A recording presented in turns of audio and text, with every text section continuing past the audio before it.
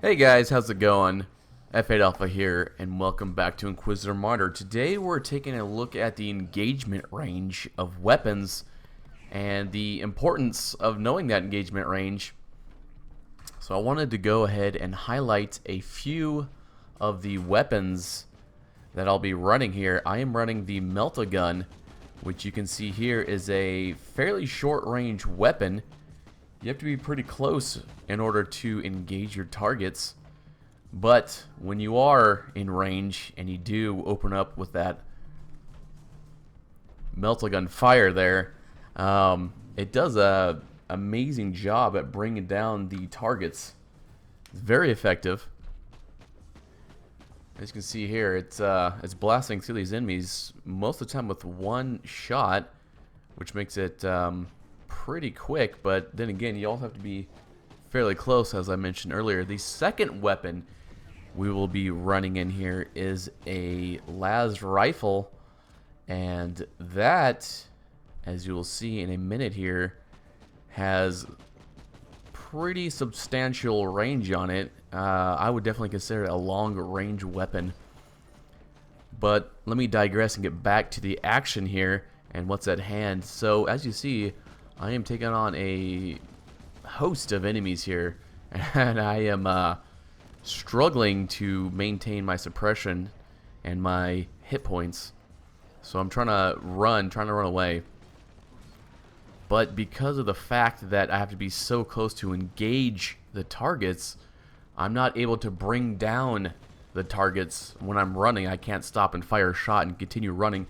I have to get close enough to fire, and usually that's in the range of other enemy types, so I'm getting engaged by, multiple enemies there, which, as you saw, ended up killing my Inquisitor. So I had to restart this particular part of the mission here.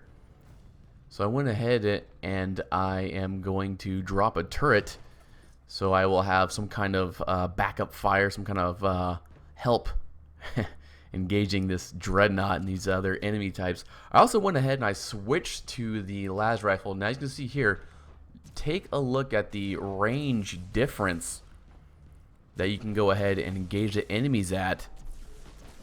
This is very, very helpful when you're running away. You can turn around and pop shots, as you see I'm doing here. You can go ahead and continue running and dodging. Hopefully some of that fire that's coming at you, some of that incoming damage. Also, you can take out enemies at range due to the range, because when you're running, you can basically stop, fire, hit the enemy, kill them, get a shot or two off and hopefully kill them, and then run away. Now, this is where the las rifle falls short, is engaging armor and doing substantial damage to heavily armored units. As you see here, it's not that effective. The Melt-A-Gun, which I switched back to at this point because I realized that this las rifle is going to take forever to bring down this dreadnought, so I switched to that Melt-A-Gun. As you saw, it brought him down fairly quickly. So that is pretty much the key of this video. The point I wanted to make was knowing the engagement range of your weapons and what weapon to use at what time, not only for armor and unarmed units, but also for distance. So, for instance, opening up this door and running into this sector, I went ahead and I switched to the las rifle because I could engage the enemies from range, which means I was the one getting off the first shot. So I was the one initiating the fight, which means I can control the pace of the fight. I can pull back when I want to and run away. But it also means that if I didn't want to engage them or I wanted to drop a turret, I could do that and not be engaging them at the same time, which is particularly helpful when you come across those larger masses of enemies here. When you're engaging, say, 10, 12, 14 enemies, and they're all coming at you, and they're all dealing damage to you, which will add up very quickly. You need to go ahead and be able to control the tempo of the fight and be able to engage them when you want and pull back when you want. Also, as I mentioned just a second ago, those turrets for backup damage is a very, very strong tactic to use, as you can drop a turret and basically the enemies will go after that for the most part until they kill it, until they destroy that turret. So what that means is you can engage, say, a dreadnought or a larger enemy type, or even just a pack, a group of enemies.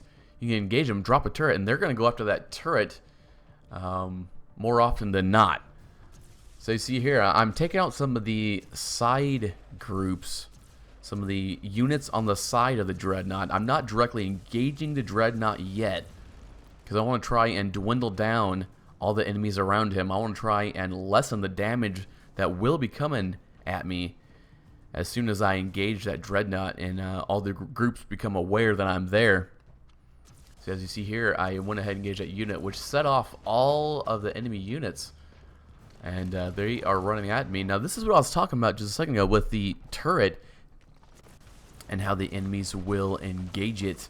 So you can go ahead and kill some of the other units around the dreadnought. And for those of you who do not know, the dreadnought, he will chase you into this other room, and eventually he'll pull back, as you see here he's doing.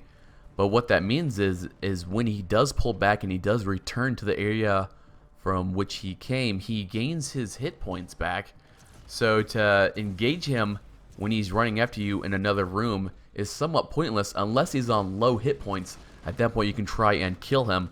But if he's on full hit points or close to it, you're more than likely not going to be able to kill him in time before he regenerates those health points and his health point pool is back up to full, which means you're basically starting over again. So I went ahead and I killed those enemy unit types there.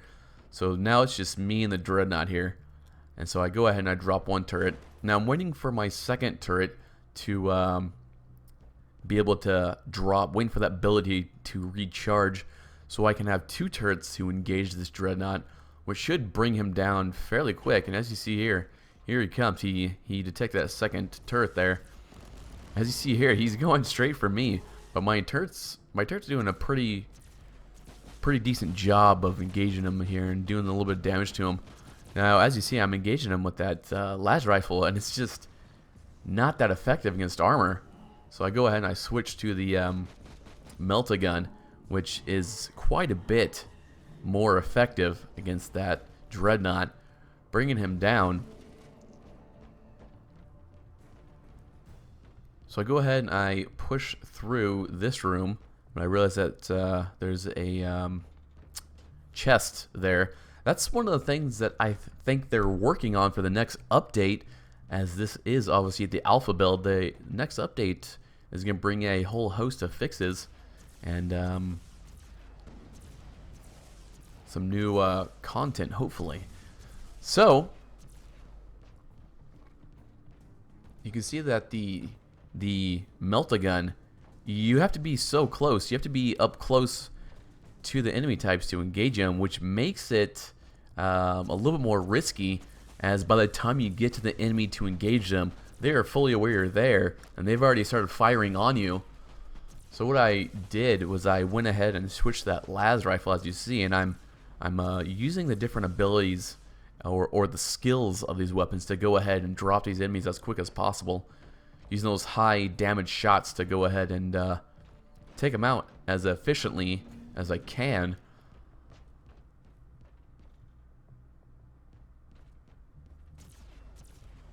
Now, this larger unit type here, you see, he actually regenerates health.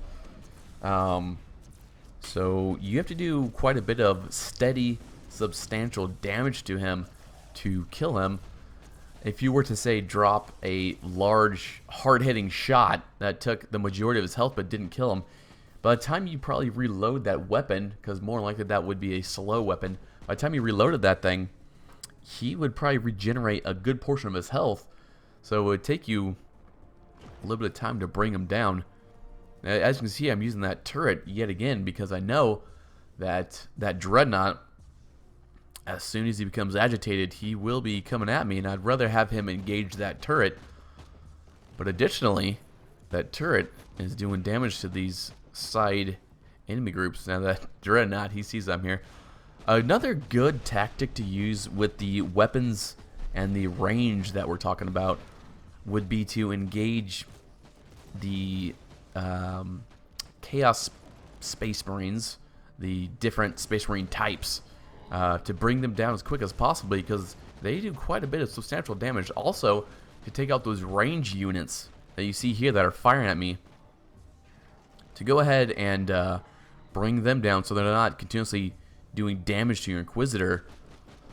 That way that the slower units, the ones that are more melee based, like a Dreadnought, even though he does have ranged weapons, you can go ahead and run away from them and kill the other units, lessening the damage that's incoming to your Inquisitor, making you that much more durable because there's less damage actually hitting you. So as you can see, we are pretty much making pretty quick progress through this map here. This is a small map, so it's not massive and super time consuming. However, you can see I'm using that turret I dropped earlier to go ahead and start engaging these enemies. So then I'll hop out, bring down these enemies as quick as I can, as I have some additional firepower coming their way. One thing to note about this las rifle is it is not an artifact weapon. This is just a rare weapon, a green weapon. And I am looking to get that artifact weapon to see just how strong it actually is. But until I do, I am running with this one at the moment. And it seems to be fairly effective, especially at range. It fires those shots off really quickly. Just punching through those enemies there. I gotta say that it is somewhat enjoyable to play. Although I do have my my favorite weapons to play. This one is not bad. It's definitely very, very runnable, very obtainable, and mission effective, definitely. But like I said, I do have my favorites. So with that said, guys, that's gonna be it for this video. I'm F8 Alpha, and I will catch you guys next time.